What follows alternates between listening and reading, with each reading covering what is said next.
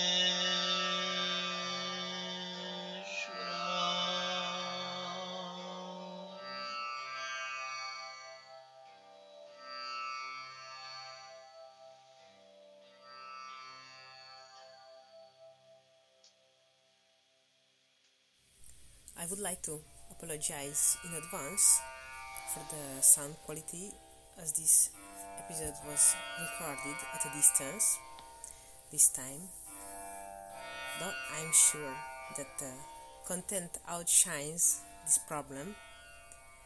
But anyway, sorry for the latency problems, and I think what matters is that the recording was done and we can all listen to it. So please enjoy again.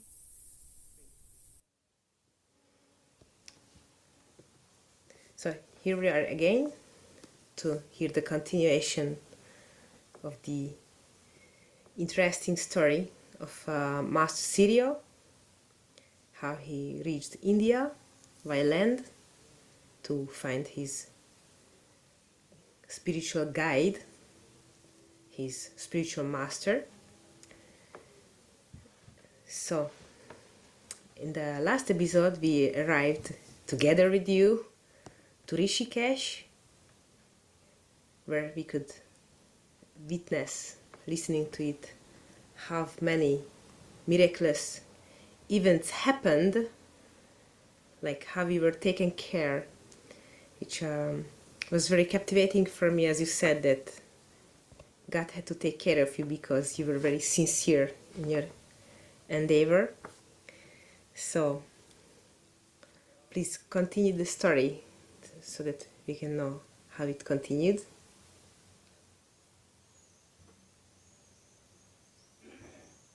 So any mala, any necklace has a thread that goes through all the beads. And all this story all the steps on this story, we went together with a thread. And every bead of each is important for the next one in order to happen properly. So that eventually the result that is meant to happen, it happens.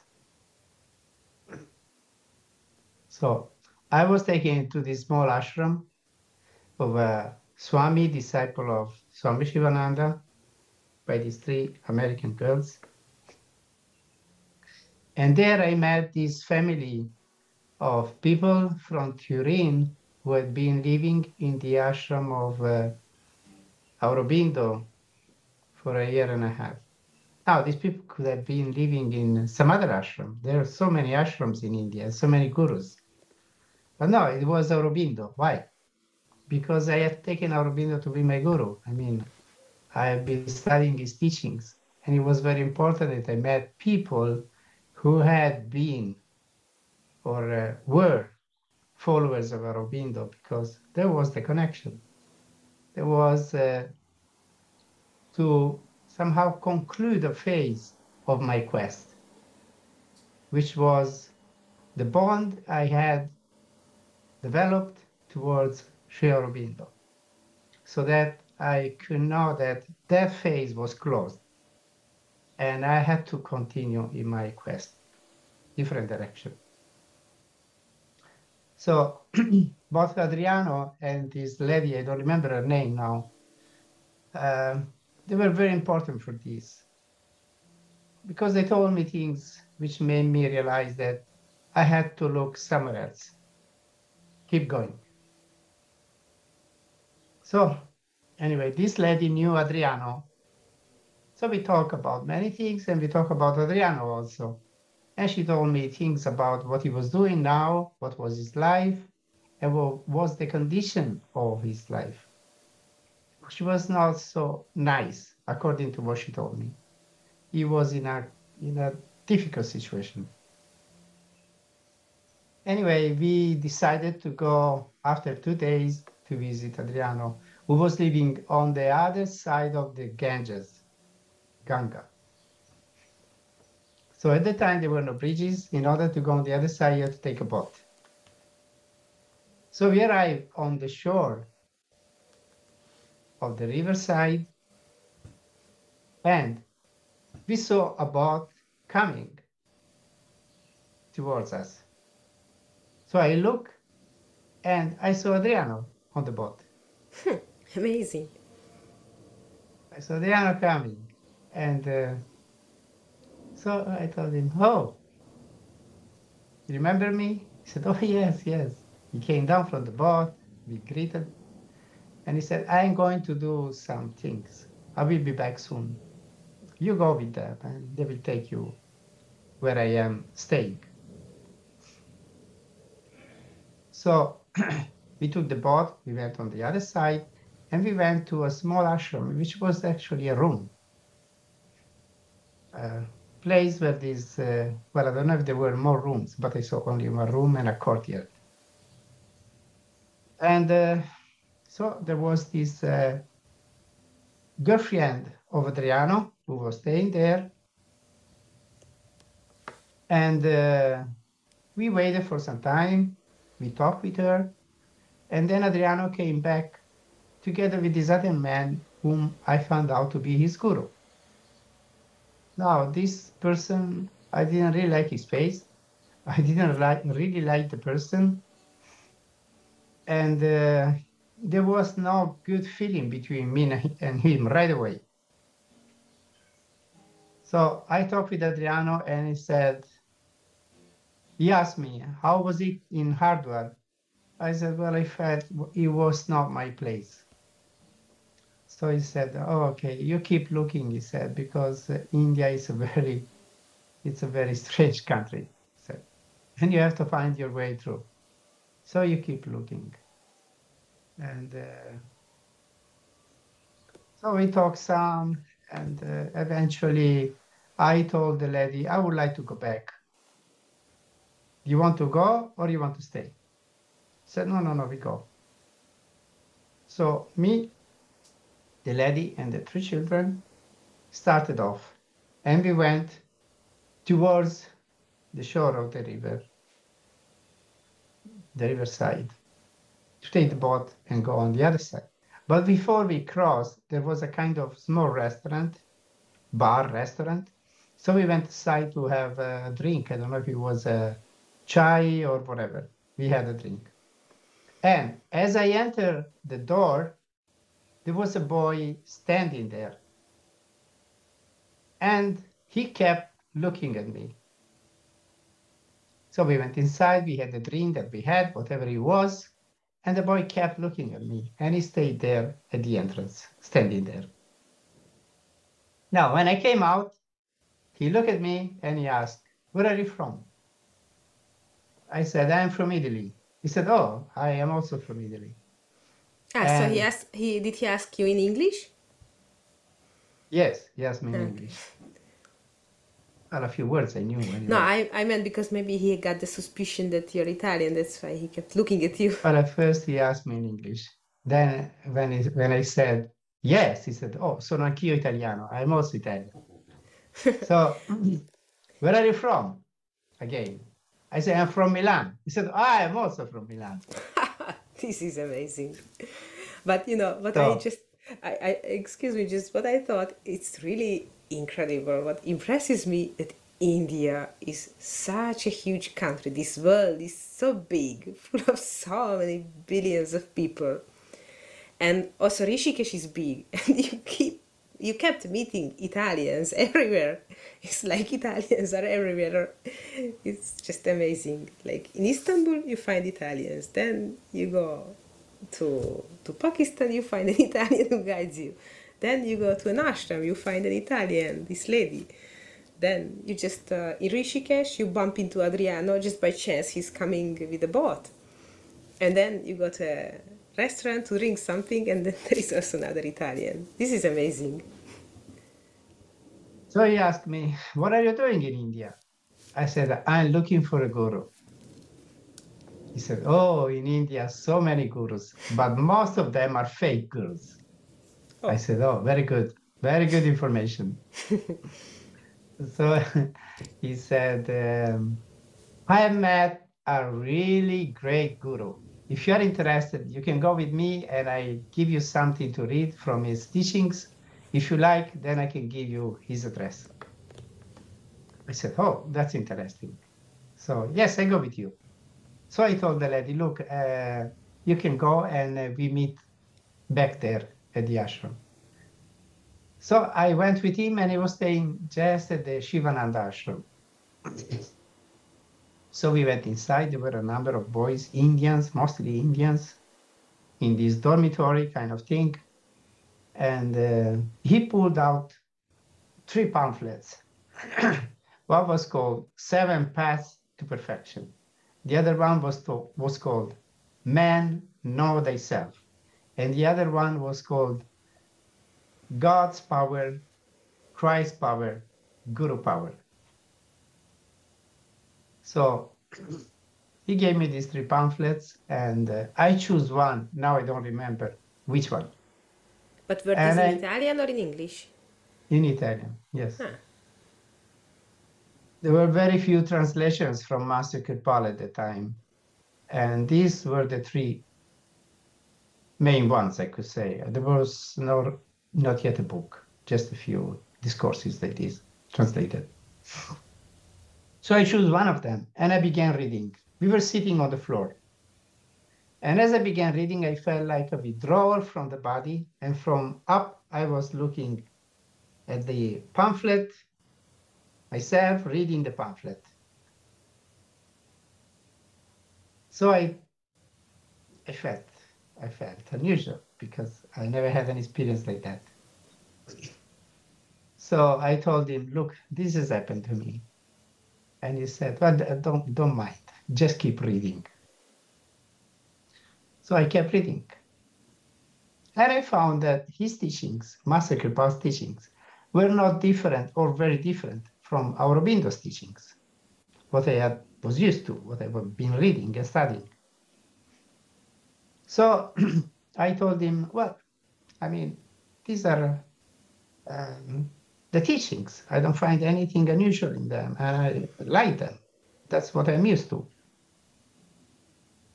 And he said, are you ready to follow these teachings? He asked. I said, yes, why not? That's what I am doing already for 1 year. And he said, oh, strange, finding another Italian who is really interested in this topic. So he said, okay, if you're interested, then I give you his address. Tomorrow I am going to his ashram, which is in Dehradun, some 40 kilometers from here, 50. I don't want you to go with me, but I give you his address. And if you want, you can go later on, day after, or whenever you wish. And did he say why he didn't want you to go with him? He said, it's very difficult to be accepted by this master. So I don't want to be compromised myself, to compromise myself. You go alone and you face your situation. Wait, there was a disturbance in the line. Can you repeat this last? That why he didn't want you to go with him? He said, this master is very demanding and he doesn't accept people easily. So you have to go by yourself. He also had his own difficulties when he got there. So he said, I don't want to compromise myself. You go by yourself, see what happens. So I said, okay, I go by myself. And he said, yesterday I've been visiting a guru, Baba, who lives behind Rishikesh on the other side of the river, up on the hill in a cave. Would you like to go visit him tomorrow morning? So I said, oh, yes, why not? I understood that this Baba was somebody I'd been reading about when I was in Italy. There was a magazine and there was an article from an Italian journalist who had been visiting this Baba. And he called him the nameless Baba, no name Baba. But then I found out as we approached the cave, there were signs indicating Tatwala Baba. So that was his name, Tatwala Baba. And so we went on. He knew the way because he had been there already. It was a path up the hill, like trekking. At some point, we reached this cave. We entered the cave, and in front of us, there was a naked Baba with very long hair touching down the ground, and some, let's say, 15 people sitting in front of him. So he looked at us and he asked, what do you want? So I stood up and I went close to, he called me, come close. So I went close and he asked me, what do you want? I said, I would like to know what kind of meditation technique you teach. And he said, okay, you stay after the meeting. There was somebody translating because he didn't speak English. He spoke Punjabi because Tatwala Baba was from Punjab. And he said, you stay after the meeting and then I will tell you something. So there was this darshan going on. People were asking some questions and he was talking to them, this kind of situation. At some point, people stood up and went away, most of them. Those were visitors. But there were some sadhus living with him, some, don't know exactly, 7, 10 of them. All Indians, were they? All Indians, yes. There was only a French boy, I remember. Only one Westerner, and he was a French boy. So Roberto, at some point, tried to talk with this French boy, telling him some few things, I don't know what, maybe in English. And this boy said, look, I don't want to talk, just be silent. And so they indicated us to go on one side of the cave. It was a big cave. One side of the cave and sit down on a line, and Five people stars cave. came. Huh? 5 stars cave. It was big one, nicely kept. And so we sat there, and these sadhus, this disciple of Tatwala Baba, they came and gave us chickpeas, they gave us chapati, and then halva also. So it was a very delicious meal, really very nicely cooked, clean, and so nice.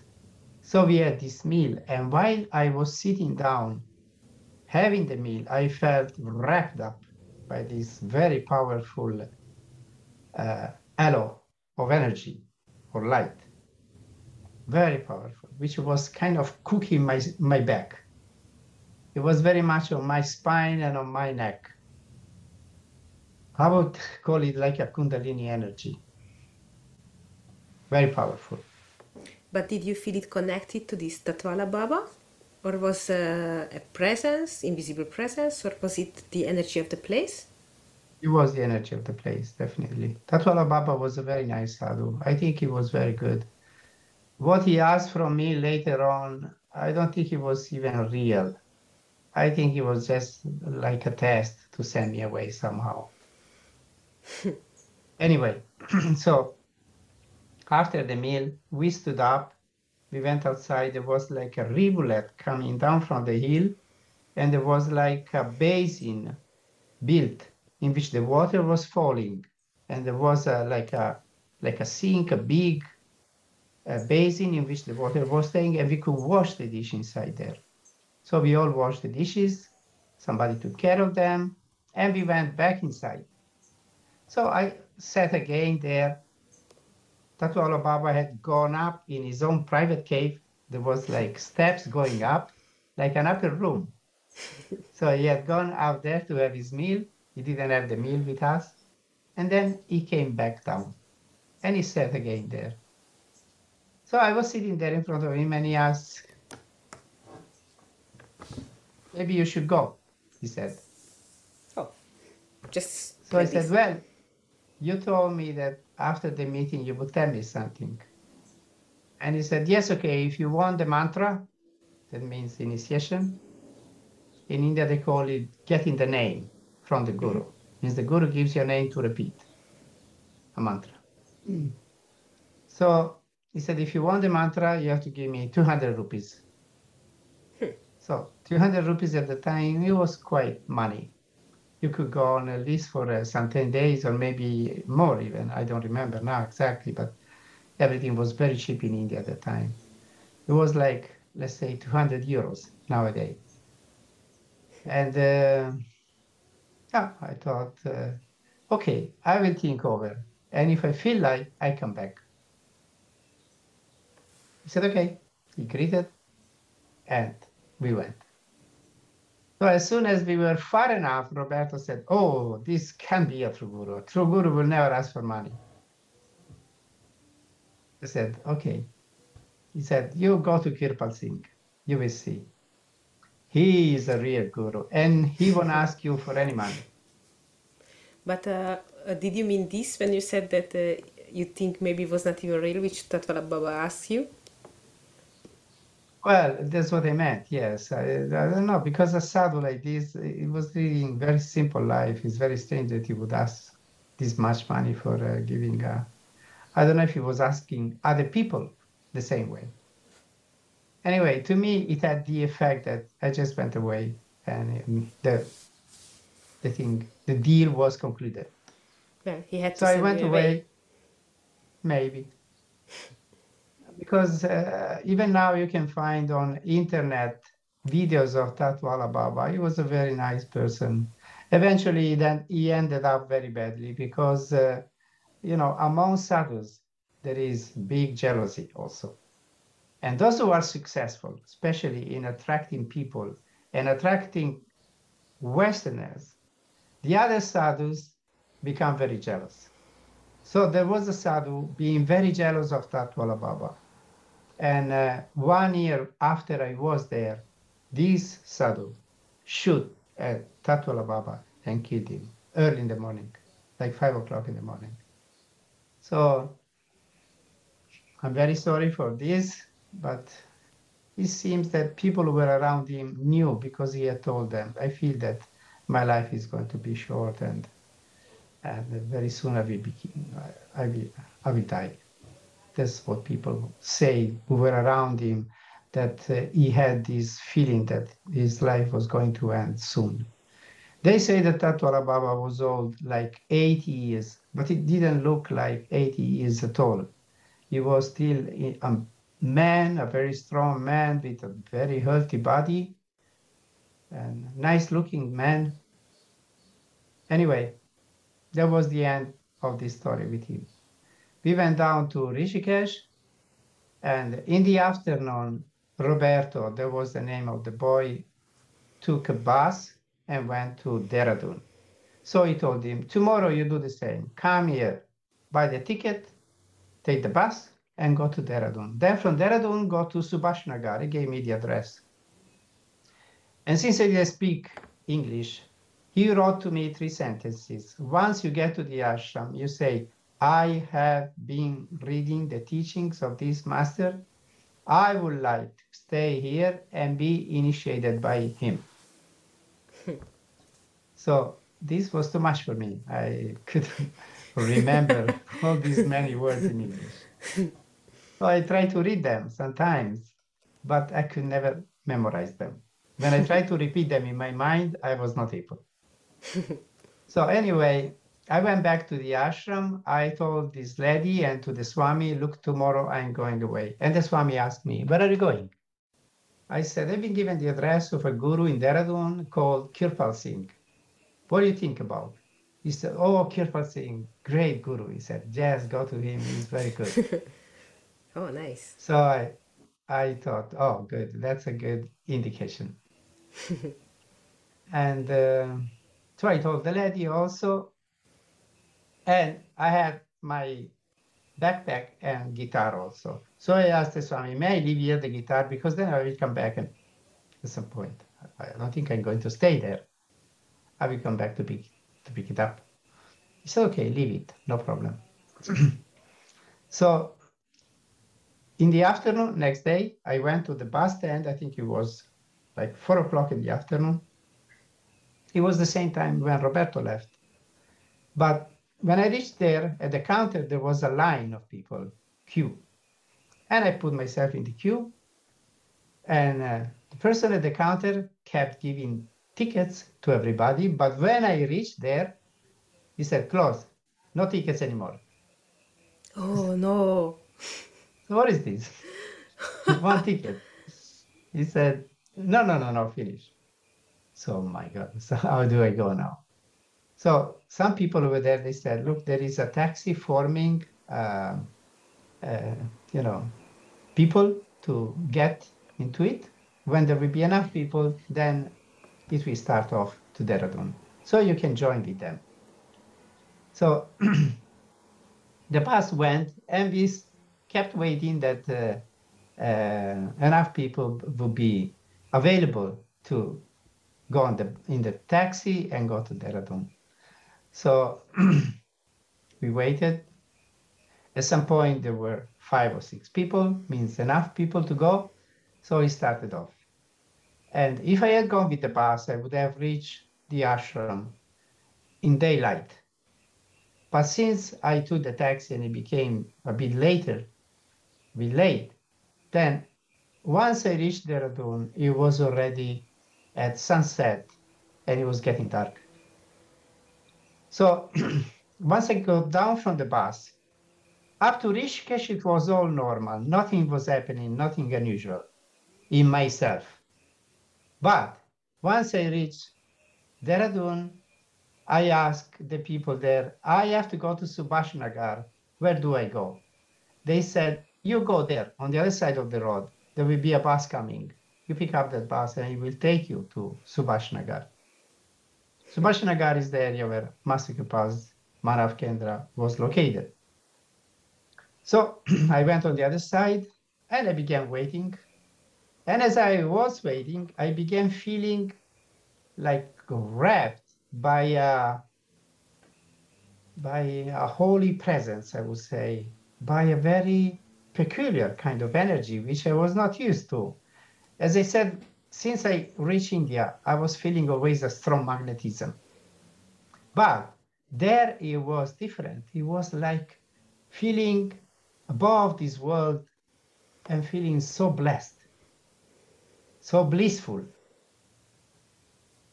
So I was enjoying this condition, but I was at the same time, I was asking, Michael, what is this? Is it again something unusual, something I never experienced? But it was very good. So I was enjoying this. So I kept waiting. At some point, the bus arrived. I went on the bus and I asked the person who was beside me, where is Subhash Nagar? He told me, wait, I will tell you when to get down. I don't know, I was communicating with these people, but I know I was communicating. Somehow I was. So, so I stayed on the bus, and when I was on the bus, I kept feeling this blessing coming above me, coming inside of me more and more and more. And at some point, those sentences, which I was never able to remember, they came back into my mind like written there on a screen.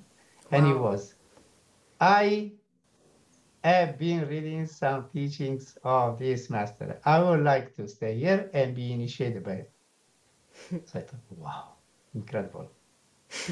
So, we went on, and as the closer I got to the place, the more uplifted I felt. And when eventually the man told me, next stop, you get down.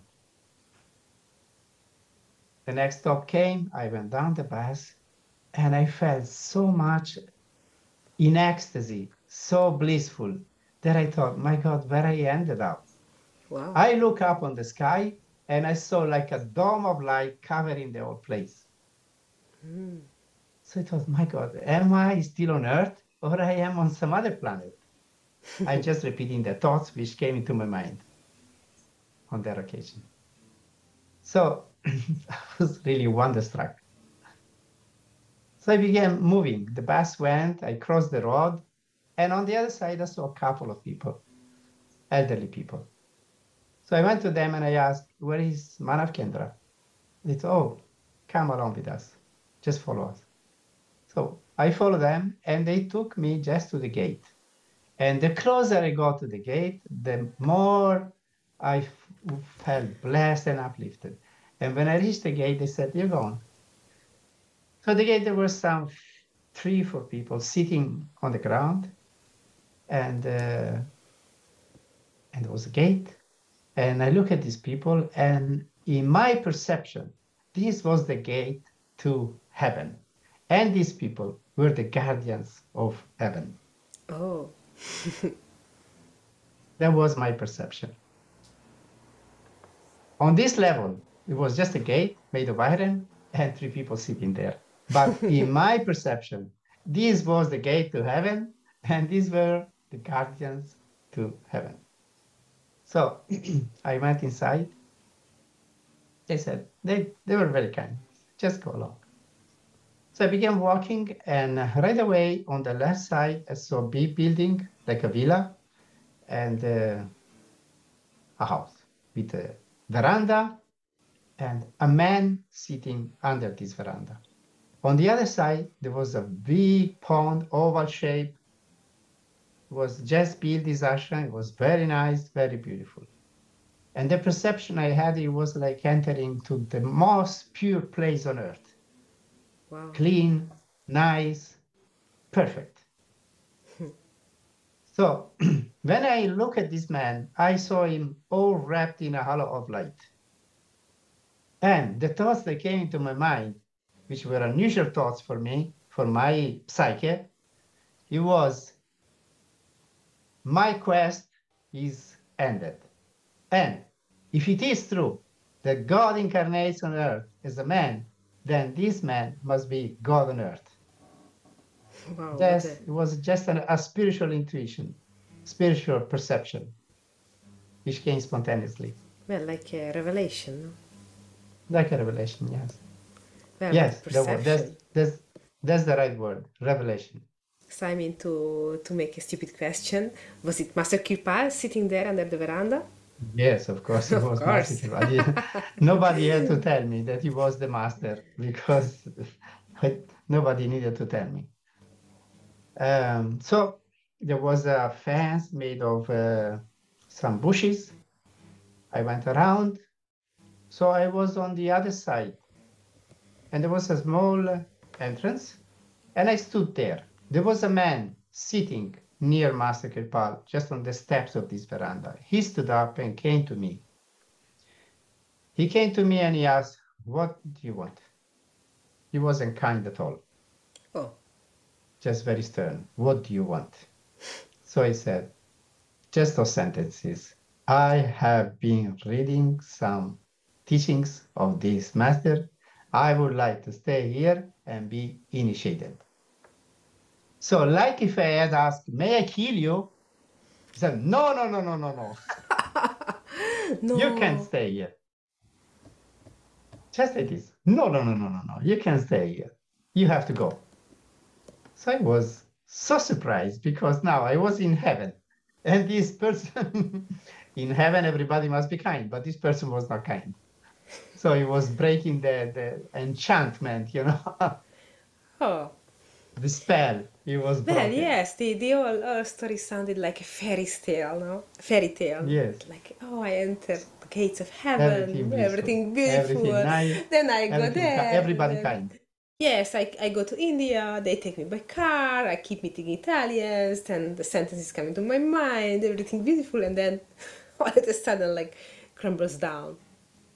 Yes, the castle crumbles down. So I said, "Can you please ask him, the master, what he says?" So he said, "Okay." So he turned. Now I was watching the master from the profile, from the side. And he went to him. Master didn't even turn to look at me. Oh no. He just did with his hand sign like send him away. Oh no. So when I saw his hand going like this, then it was like somebody with a big stick giving me a bang on my head. And I became really kind of senseless, I must say, really kind of senseless, because I was in such a high spirit. And abruptly, all of a sudden, I was thrown down on the earth by his gestures. So Like a shock. it was a shock. So I thought, I can't say anything. At this point, I have to go.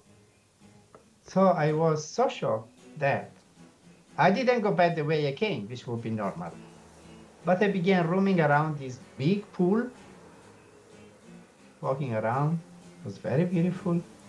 How was it? Lake But in the state I Mansarovar. was, Is it? Isn't it? yeah, these months are over, yes. So I was not even aware of anything at the point. I was just aware of this big problem. What is this? I was asking. What does it all mean? I come here, I have this revelation, this spontaneous intuition, and now I sent away. What does it mean? So I walk and walk, and at some point I found another gate. So I stood there at the gate, pondering over what does this whole story mean? So while I was pondering over, a boy, an Indian boy, passed by. He saw me there and he said, "What you do here? Just go inside." He thought I had just arrived there. He said, "Go there. There is an office." So at that point, I thought, it came another intuition, which said, "This is a test. You have to insist. Eventually, it will be okay." Oh, so then it's like a real fairy tale because also in fairy tales, then everything is beautiful, but then the hardships come, the tests. So Yeah. how did it go? What did you do then? Then I went to the office. I went inside, door was open. And at the end of the room, there were some 5, 6 people sitting around a table. And one of the people, I'm sure it was Darshan Singh, the son of Master Kirpal. So they look at me and they ask, what do you want? Again, I repeated the same sentences. I've been reading some teachings of this master, and I would like to stay here and be initiated by him.